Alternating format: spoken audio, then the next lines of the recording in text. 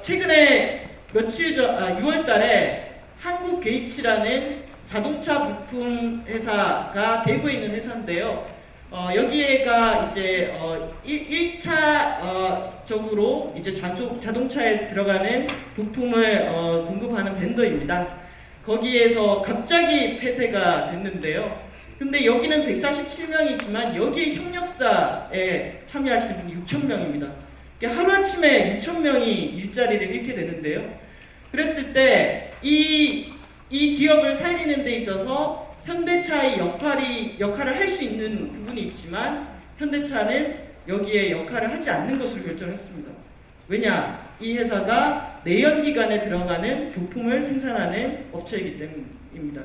저는 생각보다 빠르게 이 전환으로 인한 고용 충격이 올 것이고 그것이 바로 지역의 고용하고 연계되어 있다라는 생각이 듭니다.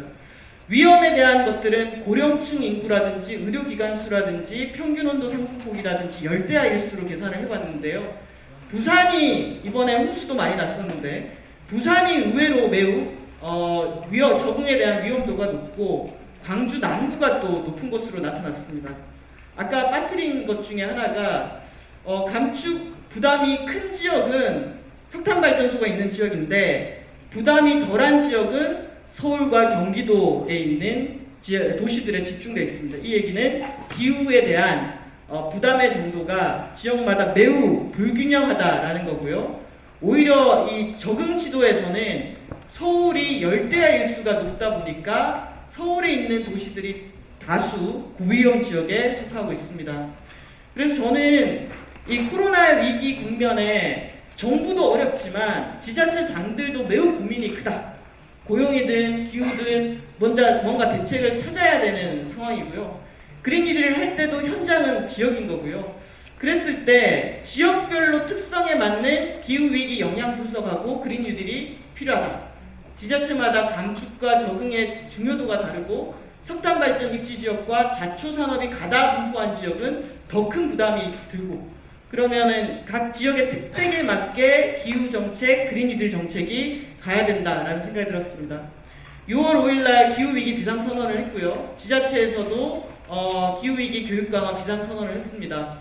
또 여기까지 오기까지 우리 기후위기 대응 에너지전환 지방정부협의회 35개 기초지자체가 역할을 하고 있는데요.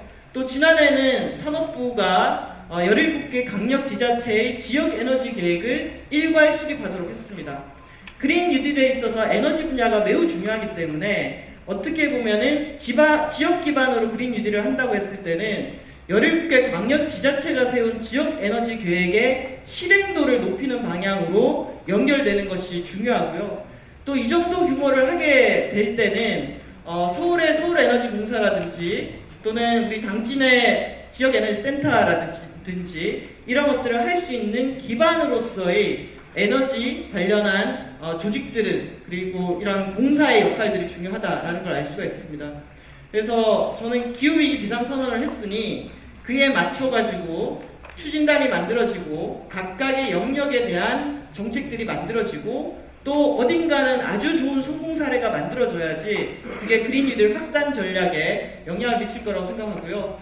지금 서울시가 2050년 넷제로를 중심으로 하는 그린뉴딜을 발표했는데요. 보면은 2035년 내연기관 차량 등록 금지와 같이 정말 넷제로로 가려면은 규제 정책과 지원 정책이 같이 가고 있다는 걸 알 수가 있습니다.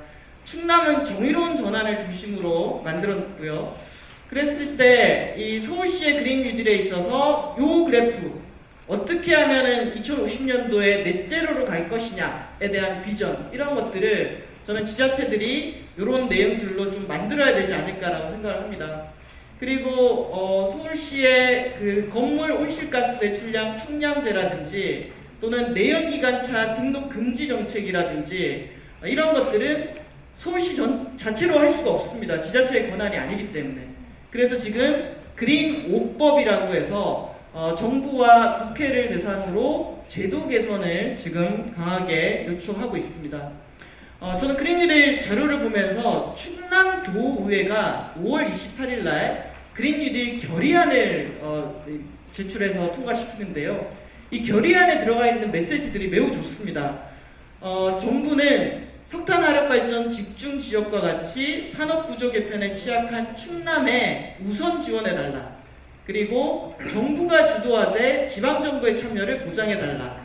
재분배 정책을 함께하면서 사회적 약자의 피해를 최소화할 수 있는 정의로운 전환을 약속하라.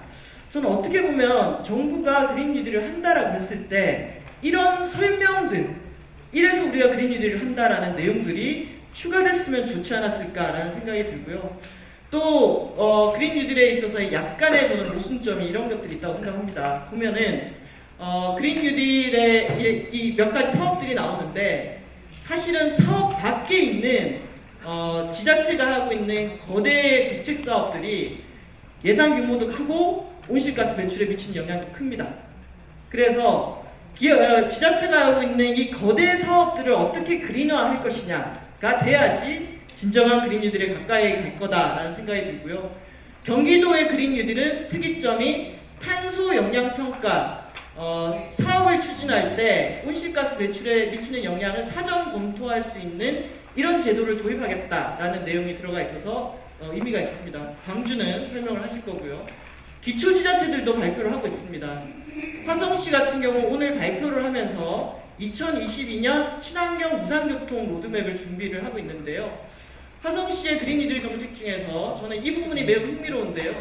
각각의 사업별로 들어가는 예산을 표시하고 있고 이 사업을 했을 때 온실가스가 얼마나 줄어드는지, 일자리가 얼마나 창출되는지, 이 사업으로 인한 사회적 불평등 해소 효과는 어떻게 되는지 이렇게 표를 만들어서 점검 평가하는 체계를 갖추고 있습니다.